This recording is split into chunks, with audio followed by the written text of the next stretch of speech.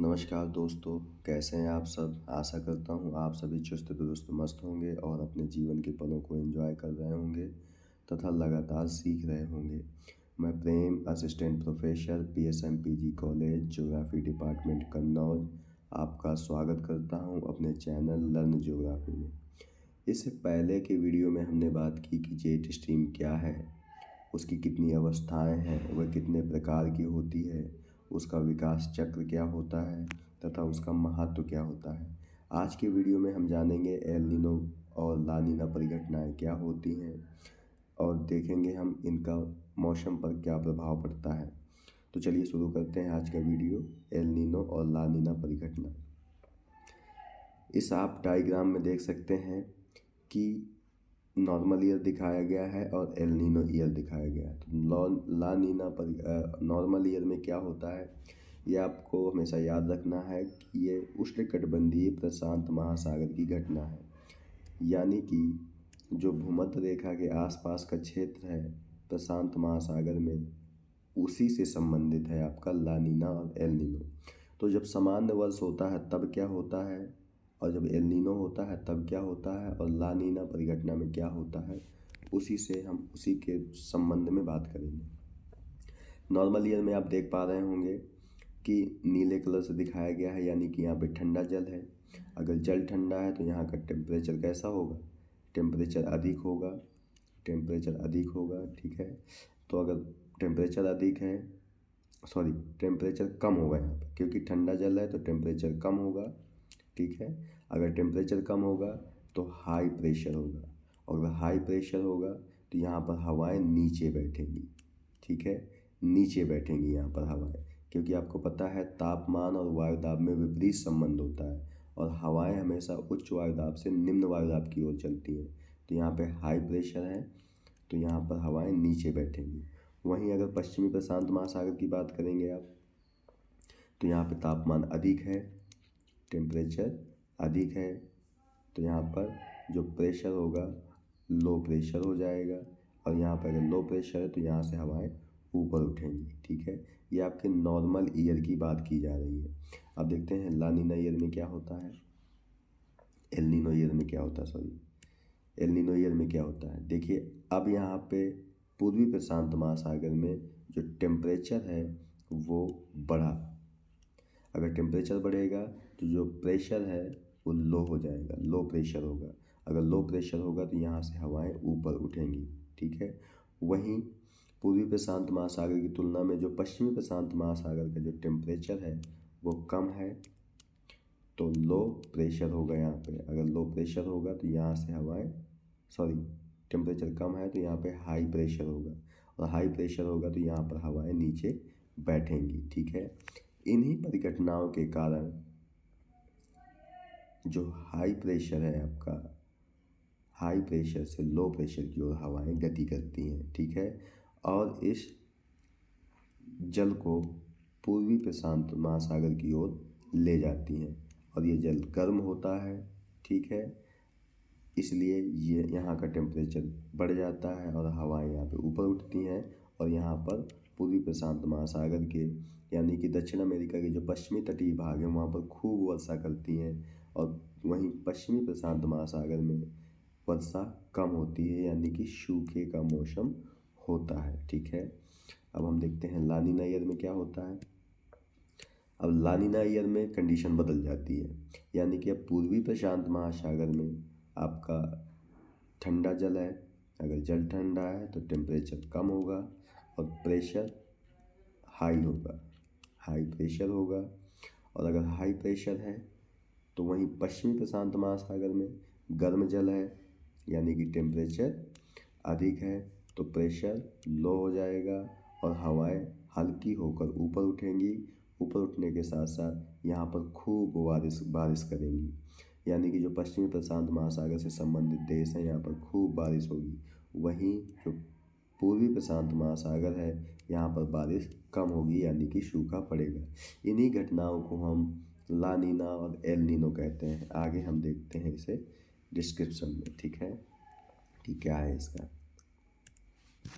El Nino मौसम की एक महत्वपूर्ण परिघटना है जिसका आविर्भाव दक्षिणी अमेरिका के पश्चिमी तट, मुख्य रूप से पूर्वी प्रशांत महासागर में होता है, जैसा हमने डायग्राम में देखा, और पेरू के तट के पास होता है। इसलिए मित्रों आपको एटलस खोल करके बैठना चाहिए और आप देखते रहना चाहिए कि पश्चिमी तट कहाँ है और दक्षिण अमेरिका कहाँ है, उसका पश्चिमी तट कहाँ है, पेरू तट कहाँ है और पूर्वी प्रशांत महासागर कहाँ है। आगे देखते हैं। एल नीनो परिघटना का सर्वप्रथम अवलोकन 1541 में किया गया और ला नीना का 1986 में किया गया। ठीक है, उसी वर्ष इसका नामकरण भी किया गया था। ला नीना परिघटना के संबंध में हम देखते हैं। ला नीना परिघटना का जो आविर्भाव है यानी कि जो उत्पत्ति है वह उष्णकटिबंधीय पश्चिमी प्रशांत महासागर में होती है। ठीक है, पश्चिमी प्रशांत महासागर अभी आपको दिखाया, एक बार हम और देख लेते हैं कि पश्चिमी प्रशांत महासागर और पूर्वी प्रशांत महासागर कौन है। तो ये पूरा आपका प्रशांत महासागर है। ठीक है, ये पूर्वी प्रशांत महासागर है ईस्ट पैसिफिक, ये पश्चिमी प्रशांत महासागर है यानी कि वेस्ट पैसिफिक। अब आपको क्लियर होता चला जाएगा। ठीक है, आगे देखते हैं। ला नीना परिघटना जब होती है तो दक्षिणी दोलन यानी सदर्न ऑसिलेशन और वाकर परिसंचरण सक्रिय और संवर्धित हो जाते हैं। ठीक है, इसके बारे में हम दक्षिणी दोलन और वाकर परिसंचरण के बारे में आगे चर्चा करेंगे। ठीक है, ठंडी जलराशि ऊपर आती है, तटीय भाग में शुष्क मौसम होता है। ठीक है, महासागर में मछलियों की भरमार हो जाती है। ठीक है, इसके बाद आगे पश्चिमी उष्णकटिबंधीय प्रशांत महासागर में जल का तापमान बढ़ जाता है। ठीक है, मौसम अधिक आर्द्र हो जाएगा क्योंकि तापमान बढ़ेगा, तो यहाँ पे लो प्रेशर होगा तो हवाएं ऊपर उठेंगी तो वह वाष्पीकरण भी करेंगी, जिससे मौसम आर्द्र हो जाता है तथा व्यापारिक हवाएं अत्यधिक शक्तिशाली हो जाती हैं। हमने हवाएं पढ़ चुके हैं हम कि व्यापारिक हवाएं क्या होती हैं। आगे देखते हैं। दक्षिण एवं दक्षिण पूर्वी एशिया में मानसून अत्यधिक सबल हो जाता है, यानी कि जब ला नीना आता है तो मानसून कैसा होता है, सबल हो जाता है और सामान्य से अधिक बारिश होती है।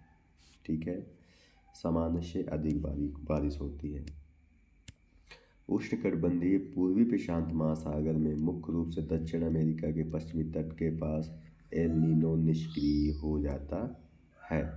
ठीक है, क्योंकि एल नीनो होगा तो पूर्वी प्रशांत महासागर में गर्म जल होना चाहिए, लेकिन जब ला नीना आता है तो क्या होता है, पूर्वी प्रशांत महासागर में ठंडा जल होता है, जिससे ला नीना निष्क्रिय हो जाता है। ठीक है, हो जाती है और शुष्क मौसम का साम्राज्य हो जाता है। कहाँ पर, पूर्वी प्रशांत महासागर में। इस रूप से इसे इंसो कहा जाता है। ठीक है, जलवायु विज्ञानी इंसो को भूमंडलीय प्राकृतिक प्रकोप और विनाश का पर्याय मानते हैं। अब देखते हैं। एल नीनो एवं ला नीना के बीच चक्रीय व्यवस्था के अंतर्गत सागर तल पर वायुमंडलीय दाब में होने वाले परिवर्तन को दक्षिणी दोलन का प्रयोग किया जाता है। दक्षिणी दोलन शब्द का प्रयोग किया जाता है। ठीक है, आगे देखते हैं। यहाँ पे दक्षिणी दोलन की बात की गई है कि दक्षिणी दोलन क्या होता है आपका। अभी हमने बात की कि पूर्वी प्रशांत महासागर में जब एल नीनो आता है तो गर्म जल हो जाता है, जिससे वहाँ पे लो प्रेशर होता है और हवाएं ऊपर उठती हैं। ठीक है, वहीं पश्चिमी प्रशांत महासागर में ठंडा जल होता है, जिससे तापमान कम होता है, जिससे उच्च वायुदाब होता है। ठीक है, और आपको पता है हवाएं हमेशा उच्च वायुदाब से निम्न वायुदाब की ओर चलती हैं। तो यहाँ पे वैसे ही दिखाया गया है कि नॉर्मल ईयर में क्या होता है कि आपका जो पूर्वी प्रशांत महासागर है यहाँ ठंडा जल है और यहाँ पश्चिमी प्रशांत महासागर है गर्म जल है। तो पश्चिमी प्रशांत महासागर से हवाएं ऊपर उठती हैं और ये दक्षिण अमेरिका के पश्चिमी तट पर नीचे उतरती हैं और इसके बाद व्यापारिक पवनों के रूप में फिर से पश्चिमी प्रशांत महासागर की ओर चलती हैं, जिससे पूर्वी प्रशांत महासागर का गर्म जल पश्चिमी प्रशांत महासागर की ओर आता है। ये नॉर्मल परिघटना है, ठीक है। और जब एल नीनो होता है तो ये कंडीशन बदल जाती है, यानी पूर्वी प्रशांत महासागर में गर्म जल होता है, तापमान अधिक होता है, लो प्रेशर होता है तो हवाएं ऊपर उठती हैं। और पश्चिमी प्रशांत महासागर में चूंकि ठंडा जल होता है, तापमान कम होता है, वायुदाब अधिक होता है, जिससे हवाएं यहाँ पर नीचे उतरती हैं और फिर पश्चिम से पूर्वी प्रशांत महासागर की ओर चलने लगती हैं। आपको ये याद रखना है कि एल नीनो और ला नीना का संबंध तापमान से है, जबकि दक्षिणी दोलन का संबंध वायुदाब से संबंधित है, यानी ये पवनों के सक्रिय क्रम को बताता है, ठीक है। ये ला नीना की कंडीशन थी, एल नीनो की कंडीशन थी। और ला नीना में स्थिति फिर से बदल जाती है, यानी कि अब जो गर्म जल है वो पश्चिमी प्रशांत महासागर में है, ठंडा जल पूर्वी प्रशांत महासागर में है। तो पूर्वी प्रशांत महासागर में चूंकि ठंडा जल है तो यहाँ का टेम्परेचर कम हो जाएगा, प्रेशर हाई हो जाएगा, हाई प्रेशर होगा, तो इससे हवाएं यहाँ पर नीचे उतरेंगी। जबकि पश्चिमी प्रशांत महासागर में गर्म जल है, टेम्परेचर अधिक है, लो प्रेशर है, तो हवाएं यहाँ से ऊपर उठती हैं और ऊपर उठने के बाद यह पूर्वी प्रशांत महासागर में नीचे उतरती हैं और व्यापारिक पवनों के रूप में ये पश्चिमी प्रशांत महासागर की ओर चलने लगती हैं। यह है आपका दक्षिणी दोलन यानी सदर्न ऑसिलेशन। आगे देखते हैं। दक्षिणी दोलन सागरीय गति एवं पवन के मध्य पारस्परिक संबंध को बताता है, ठीक है। वही अभी हमने देखा, सागरीय गति एवं पवन के मध्य पारस्परिक संबंध क्रिया का घोतक है। इसके बाद आगे क्या है। एल नीनो के कारण दक्षिणी प्रशांत महासागर में धाराओं के क्रम में उलटा क्रम प्रारंभ हो जाता है। सामान्य स्थिति में क्या होना चाहिए, पूर्वी प्रशांत महासागर से पश्चिमी प्रशांत महासागर की ओर जल जाना चाहिए, लेकिन जब एल नीनो आता है तो यह क्रम बदल जाता है, यानी पश्चिम से पूर्वी प्रशांत महासागर की ओर जल गति करता है, ठीक है। आगे देखते हैं। एल नीनो और ला नीना परिघटना का प्रभाव। एल नीनो घटना के आविर्भाव होने की परिघटना प्रतिवर्ष सक्रिय नहीं होती है, यानी जो एल नीनो घटना है वो प्रतिवर्ष सक्रिय नहीं होती है। सामान्य रूप से उत्तरी गोलार्ध, परंतु मुख्य रूप से उष्ण व उपोष्ण कटिबंधीय भागों के मौसम, सागरीय जीवों, वनस्पतियों, कृषि, दवा, मनुष्य के स्वास्थ्य एवं आर्थिक स्थिति पर प्रभाव आस्थित होता है, ठीक है, आस्थित होता है। इसके बाद हम आगे देखते हैं। 1982-83 की एल नीनो घटना के निम्न प्रभाव दर्ज किए गए, यानी 1982-83 में जो एल नीनो आया था उसका क्या प्रभाव पड़ा, ये हम देखते हैं। कनाडा व अलास्का के उत्तर पश्चिमी भाग के सामान्य तापमान में वृद्धि हो गई, ठीक है। तापमान तो कम होना चाहिए था लेकिन वृद्धि हो गई। यूएसए यानी संयुक्त राज्य अमेरिका के पूर्वी भाग के सामान्य शरदकालीन तापमान में वृद्धि हुई। इसके बाद अगला है। तापमान में वृद्धि से दक्षिण पूर्वी एशिया, मुख्य रूप से इंडोनेशिया एवं भारत के मानसून के अत्यधिक कमजोर पड़ने के कारण प्रचंड सूखे की स्थिति हो गई, यानी कि जिस वर्ष एल नीनो आता है उस वर्ष भारत या दक्षिण पूर्वी एशिया में सूखे की स्थिति होती है, ठीक है। इसके साथ साथ पेरू तट के पास भीषण वृष्टि परंतु मत्स्य पकड़ में भारी कमी देखी गई, ठीक है। ये एल नीनो का प्रशांत महासागरीय जल के तापमान में वृद्धि के कारण प्रवाल विरंजन होने के कारण, प्रवाल विरंजन हम आगे देखेंगे कि होता क्या है। प्रवाल विरंजन का आप ये अर्थ समझ लीजिए कि जब सागरीय जल के तापमान में वृद्धि होती है तो प्रवालों का भयानक तरीके से विनाश होता है या बड़े पैमाने पर विनाश होता है, उसे हम प्रवाल विरंजन यानी कोरल ब्लीचिंग कहते हैं। तो जब एल नीनो आया तो क्या हुआ, प्रवाल विरंजन यानी कि प्रवालों का बड़े पैमाने पर विनाश हुआ, ठीक है। और क्या हुआ, पूर्वी संयुक्त राज्य अमेरिका में इंसेफलाइटिस इंसेफलाइटिस रोग का प्रकोप बढ़ा। ठीक है, और क्या हुआ? दक्षिण पूर्वी अफ्रीका, ऑस्ट्रेलिया तथा न्यूजीलैंड में सूखे की स्थिति हो गई, क्योंकि ये सारे देश कहाँ पर हैं? पश्चिमी प्रशांत महासागर के आसपास आते हैं। ठीक है, जबकि ये जो दक्षिण पूर्व अफ्रीका है ये आपका हिंद महासागर का पश्चिमी पूर्वी भाग है। तो ये सारी घटनाएं घटी। इसके साथ साथ क्या हुआ?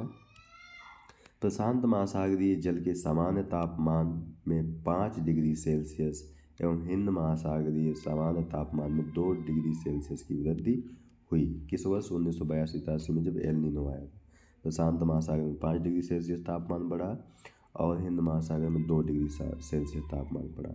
महासागरीय जल के औसत तापमान में वृद्धि के कारण प्रवाल विरंजन बड़े पैमाने पर हुआ, जिससे प्रवालों का सामूहिक विनाश हुआ।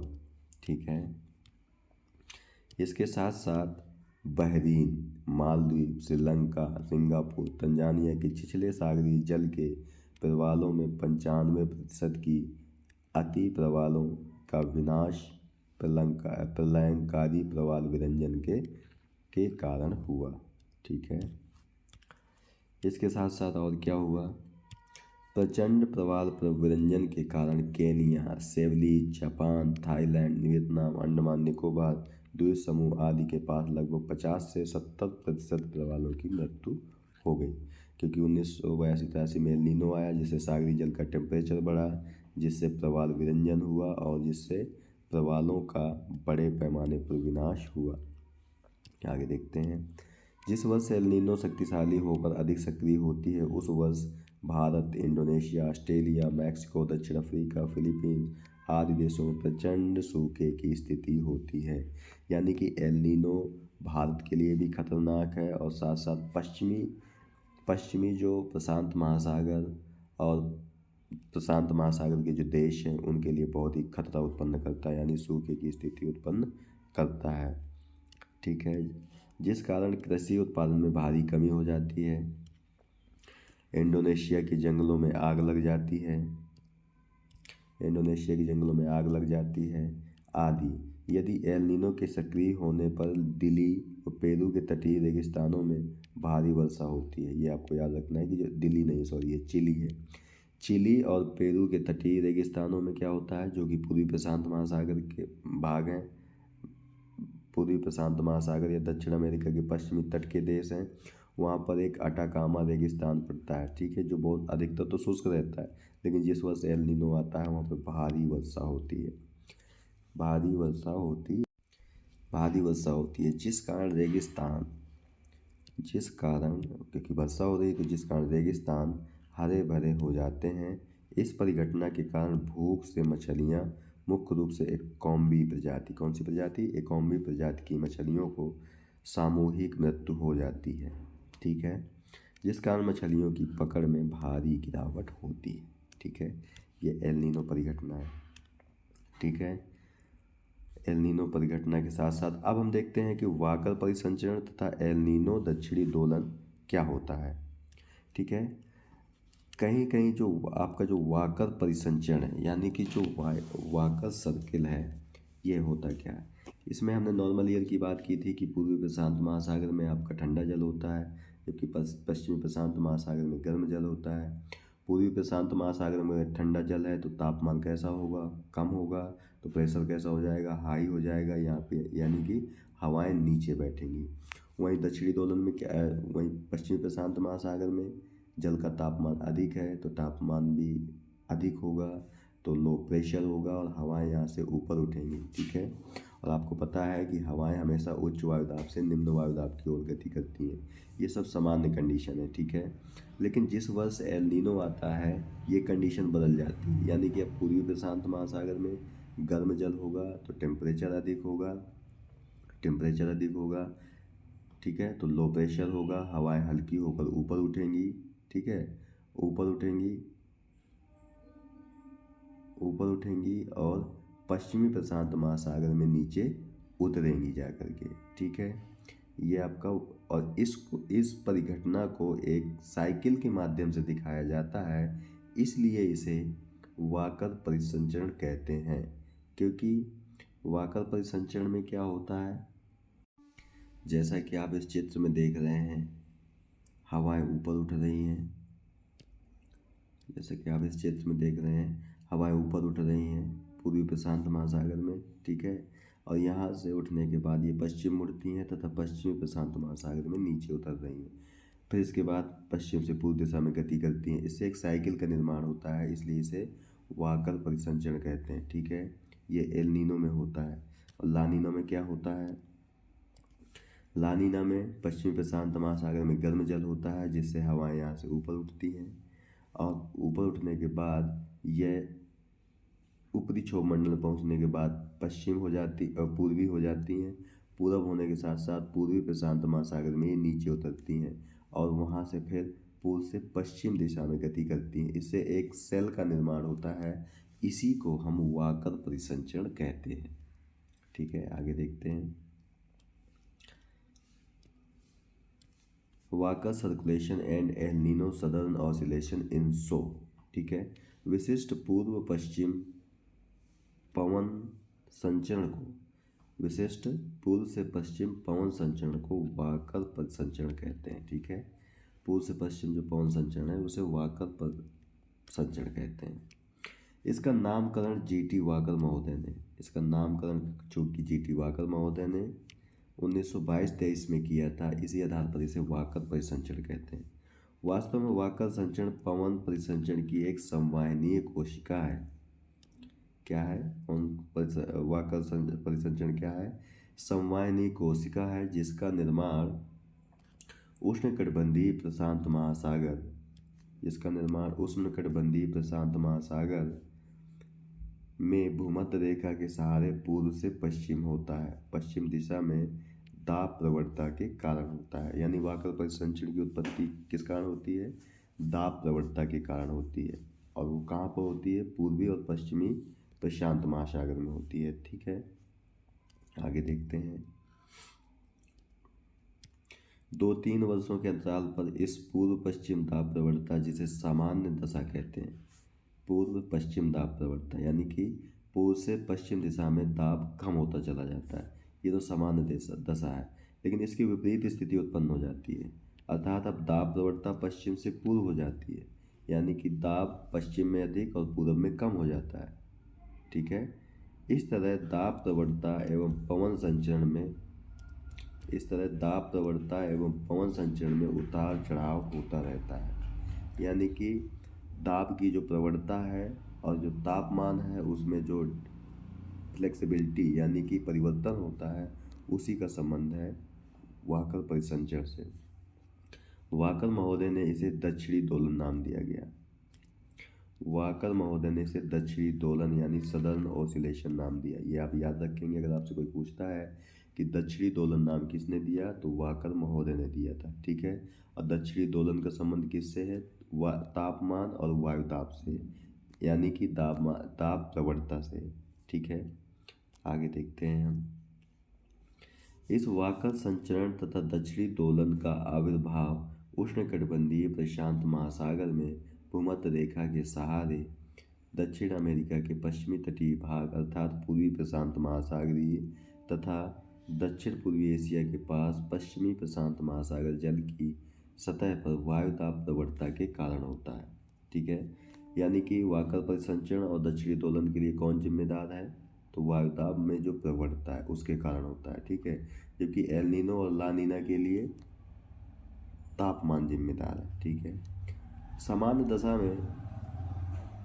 दशा में पूर्वी प्रशांत महासागर तथा दक्षिण अमेरिका के पश्चिमी तटीय स्थलीय भाग पर वायु के अवतलन एवं नीचे से ठंडा जल, सामान्य दशा में क्या है, पूर्वी प्रशांत महासागर तथा दक्षिण अमेरिका के पश्चिमी तट पर स्थलीय भाग पर वायु का अवतलन होता है। क्यों, क्योंकि यहाँ पे ठंडा जल होता है, नीचे से भी ठंडा जल आता है और ऊपर भी ठंडा जल होता है, ठीक है। अब सागरीय जल के ऊपर आने के कारण उच्च वायुदाब का निर्माण हो जाता है, क्योंकि तापमान कम होता है, तथा पश्चिमी प्रशांत महासागर में गर्म सागरीय सतह के कारण हवा के ऊपर उठने से निम्न वायुदाब का निर्माण होता है, ठीक है। ये हमने डायग्राम में देखा है अभी। इस तरह महासागरीय सतह पर पूर्व पश्चिम दाब प्रवणता के कारण यानी कि पूर्व में दाब कैसा है, अधिक है, पश्चिम में कम है, के कारण हवाएं जो हैं पश्चिम दिशा से पूर्वी हवा का संचरण होता है। यानी कि हवाएं पश्चिम से पूर्व दिशा में चलती हैं। पश्चिम से पूर्व नहीं, पूर्व से पश्चिम दिशा में चलती है। पश्चिम दिशा में पूर्वी हवा का मतलब अभी हमने बताया था आपको कि हवाएं जिस ओर से बहती हैं उसी से उसका नामकरण किया गया है। यानी कि यहाँ पे बताया जा रहा है पूर्व से पश्चिम दिशा में गति करती हैं, क्योंकि पूर्वी प्रशांत महासागर में उच्च वायुदाब होता है। ठीक है। इसके विपरीत सतही संचरण के विपरीत ऊपरी वायुमंडल में पश्चिम से पूर्व दिशा में पवनें गति करती हैं। अभी हमने एक सेल में देखा था, गति करती हैं। परिणाम स्वरूप एक पूर्ण कोशिका का निर्माण हो जाता है। इस पवन संचार के कारण दक्षिण अमेरिका के पश्चिमी तट से पवन की ओर चलती हैं। दक्षिण अमेरिका के पश्चिमी तट से पश्चिमी प्रशांत महासागर की ओर चलती है तथा अपने साथ सागरी जल को भी पश्चिम की ओर ले जाती है, क्योंकि जल घर्षण करती हुई चलती है। तो यदि पूर्वी प्रशांत महासागर से पश्चिम की ओर जाती है तो पूर्वी प्रशांत महासागर के जल को पश्चिम की ओर भी ले जाती है। ठीक है। परिणाम स्वरूप इक्वेडोर तट के पास नीचे से ठंडा जल का ऊपर की ओर उद्वेलन होने लगता है। इस प्रक्रिया के कारण हवा और ठंडी हो जाती है, जिस कारण वायुदाब अधिक हो जाता है। ठीक है। और फिर हवा ऊपर नहीं उठ पाती है, क्योंकि अब जो दाब है वो उच्च है तो हवाएं वहाँ ऊपर नहीं उठती है। वायु में अगर ऊपर नहीं उठेंगी तो वायु स्थिर हो जाएगी। अगर हवाएं ऊपर नहीं उठेंगी तो वायु में स्थिरता उत्पन्न हो जाती है तथा शुष्क मौसम होता है, क्योंकि वायु की स्थिरता के कारण संघनन की क्रिया मंद पड़ जाती है। ठीक है। इसके विपरीत पश्चिमी प्रशांत महासागर में क्या हो रहा है? इसके विपरीत पवन उत्तर पूर्वी व्यापारिक पवन के रूप में पश्चिमी गर्म प्रशांत महासागर की ओर चलती है। ठीक है। जहाँ पर यह गर्म होकर ऊपर उठती है, संवहन की क्रिया प्रारंभ हो जाती है तथा वर्षा प्रारंभ हो जाती है। ठीक है। ऊपर उठकर यह पूर्व की ओर चलती है। ऊपर उठने के बाद पश्चिम से पूर्व दिशा में चलने लगती है तथा पूर्वी प्रशांत महासागर पर नीचे उतरती है तथा एक पूर्ण संचार कोशिका का निर्माण होता है। इस तरह स्पष्ट है कि उष्णकटिबंधीय पूर्वी प्रशांत महासागर तथा उसके तटवर्ती भाग में शुष्क मौसम तथा पश्चिमी प्रशांत महासागर यानी कि पूर्वी ऑस्ट्रेलिया और दक्षिण पूर्वी एशिया आदि में मौसम आर्द्र होता है।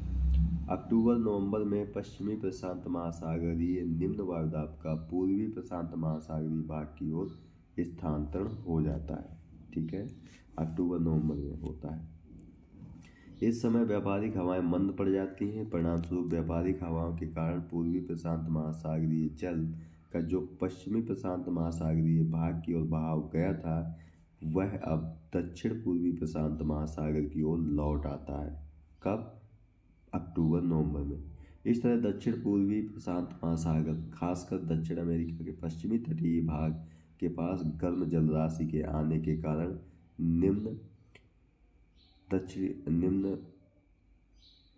दक्षिणी दोलन की निम्न वायुदाब बन जाता है, क्योंकि अब तापमान निम्न वायुदाब पर, क्योंकि जो गर्म जल है अब पूर्वी प्रशांत महासागर में आ गया है, जिससे निम्न वायुदाब का केंद्र बन जाता है। अब नीचे से जो ठंडी जलराशि ऊपर वर्णित इंसुरहित व्यवस्था के विपरीत स्थिति का ऊपर आना रुक जाता है। हवा ऊपर उठने लगती है तथा उसके अस्थिर हो जाने के कारण संघनन होने से वर्षा प्रारंभ हो जाती है। इस प्रभाव को एल नीनो घटना कहते हैं। इस तरह स्पष्ट है कि सामान्य दशा के अब विपरीत स्थिति उत्पन्न हो जाती है, अर्थात पूर्वी प्रशांत महासागर के प्रशांत महासागरीय निम्न वायुदाब के स्थान पर उच्च वायुदाब ऊपर गर्म जलराशि के आने से उसके ऊपर स्थित गर्म हवा के वायुदाब बन जाता है। ऊपर उठने से वायुदाब बनता है। इस पश्चिमी प्रशांत महासागरीय उच्च वायुदाब से हवाएं पूर्वी दिशा में दक्षिण पूर्वी प्रशांत महासागर की ओर चलने लगती हैं। इस तरह एक पूर्ण कोशिका का निर्माण होता है। इस प्रकार की दशा को एल नीनो दक्षिणी दोलन घटना कहते हैं। ठीक है। वास्तव में पश्चिम एवं पूर्वी प्रशांत महासागर में वायुदाब की स्थितियों में बदलाव को ही दक्षिणी दोलन कहते हैं। ठीक है, दक्षिणी दोलन किसे कहते हैं अगर आपसे कोई पूछे तो बताएंगे पश्चिम एवं पूर्वी प्रशांत महासागर में जो वायुदाब की स्थितियों में जो बदलाव होता है उसे ही दक्षिणी दोलन कहा जाता है। ठीक है, एल नीनो घटना के समय महासागरीय सतह पर चलने वाली पछुआ हवा के कारण, जिसे विषुवतरेखीय पछुआ हवा कहते हैं, इसे डोलडम भी कहते हैं, ये भी याद रखना आप, वाकर संचरण कमजोर हो जाता है परंतु हैडली संचरण प्रबल हो जाता है। हैडली मतलब संवहनी तरंगे ऊपर उठने लगती हैं।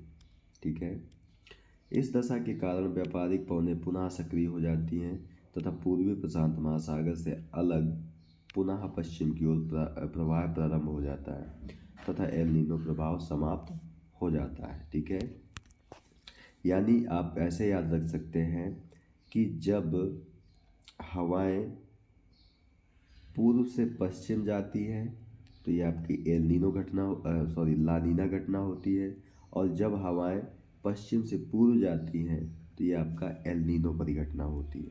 ठीक है, हो जाता है, समान दशा पुनः स्थापित हो जाती है। दक्षिणी दोलन सूचकांक सदर्न ऑसिलेशन इंडेक्स दक्षिणी दोलन की प्रवस्थाओं यानी वायुदाब सिस्टम में स्थानिक व कालिक परिवर्तन को दक्षिणी दोलन सूचकांक कहते हैं। ठीक है, इसके अंतर्गत दी गई प्रवस्थाएं अधिक महत्वपूर्ण हैं कि उच्च प्रावस्था तथा निम्न प्रावस्था। दक्षिणी दोलन की उच्च प्रावस्था क्या होती है? सामान्य दशा यानी इंसो रहित प्रावस्था को दर्शाती है। जो दक्षिणी दोलन की उच्च प्रावस्था है वह ये कह सकते हैं कि ला नीना को दर्शाती है, जिसमें उष्णकटिबंधीय पूर्वी तथा दक्षिण पूर्वी प्रशांत महासागर पर प्रबल उच्च वायुदाब सिस्टम तथा उष्णकटिबंधीय पश्चिमी प्रशांत महासागर पर निम्न वायुदाब सिस्टम का विकास होता है। धरातलीय सतह पर प्रबल पूर्वी हवाएं प्रवाहित होती हैं यानी कि पूर्व से पश्चिम दिशा में। वायुमंडलीय उपोष्णकटिबंधीय जेट स्ट्रीम कमजोर हो जाती है तथा ध्रुवों की ओर खिसक जाती है। ठीक है, ला नीना निष्क्रिय हो जाती है, मानसून शक्तिशाली हो जाता है तथा दक्षिण एवं दक्षिण पूर्वी एशियाई प्रदेशों में उष्णकटिबंधीय दक्षिण अमेरिका एवं अफ्रीका आदि में प्रचुर मात्रा में वर्षा होती है तथा उष्णकटिबंधीय पूर्वी प्रशांत महासागर अर्थात दक्षिण अमेरिका के पश्चिमी तटीय भाग खासकर पेरू तथा चिली के तटीय भाग लगभग सूखे की चपेट में होते हैं। ये कब की बात की जा रही है? जब सदर्न ऑसिलेशन इंडेक्स प्लस में है यानी कि उच्च प्रावस्था में है। ठीक है, यानी कि उच्च प्रावस्था भारत के लिए अच्छी है। वहीं जब दक्षिण दोलन की निम्न अवस्था होती है तो ऊपर वर्णित इंसो रहित प्रावस्था के विपरीत स्थिति की परिचायक होती है। यानी अब उष्णकटिबंधीय पूर्वी प्रशांत महासागरीय उच्च वायुदाब वहां पे बन जाएगा, जबकि उच्च प्रावस्था में क्या था? निम्न वायुदाब था। ठीक है, उच्च वायुदाब के स्थान पर उष्णकटिबंधीय पूर्वी प्रशांत महासागरीय उच्च दाब वायुदाब के स्थान पर अब निम्न वायुदाब तथा उष्णकटिबंधीय पश्चिमी प्रशांत महासागर में निम्न वायुदाब के स्थान पर उच्च वायुदाब बन जाता है। ठीक है, चिली और पेरू के तट के पास पूर्वी प्रशांत महासागरीय निम्न वायुदाब बन जाता है। ठीक है, पूर्वी तथा चिली तट के तटीय भागों में प्रचुर मात्रा में वर्षा होती है क्योंकि अब हवाएं कैसी चल रही हैं? पश्चिम से पूर्व दिशा में गति कर रही हैं और पूर्वी प्रशांत महासागर में पहुंचने के बाद ये ऊपर उठती हैं, संघनन होता है और भारी वर्षा होती है। इसीलिए कह रहे हैं कि पेरू और चिली तटीय भागों में प्रचुर मात्रा में वर्षा होती है। उष्णकटिबंधीय पश्चिमी प्रशांत महासागर से ला नीना का लोप हो जाता है। ठीक है, आगे देखते हैं। दक्षिण तथा दक्षिण पूर्व एशिया में मानसून कमजोर पड़ जाता है। यानी कि जब एल नीनो आता है तो दक्षिण और दक्षिण पूर्व एशिया में मानसून कमजोर पड़ जाता है, और जब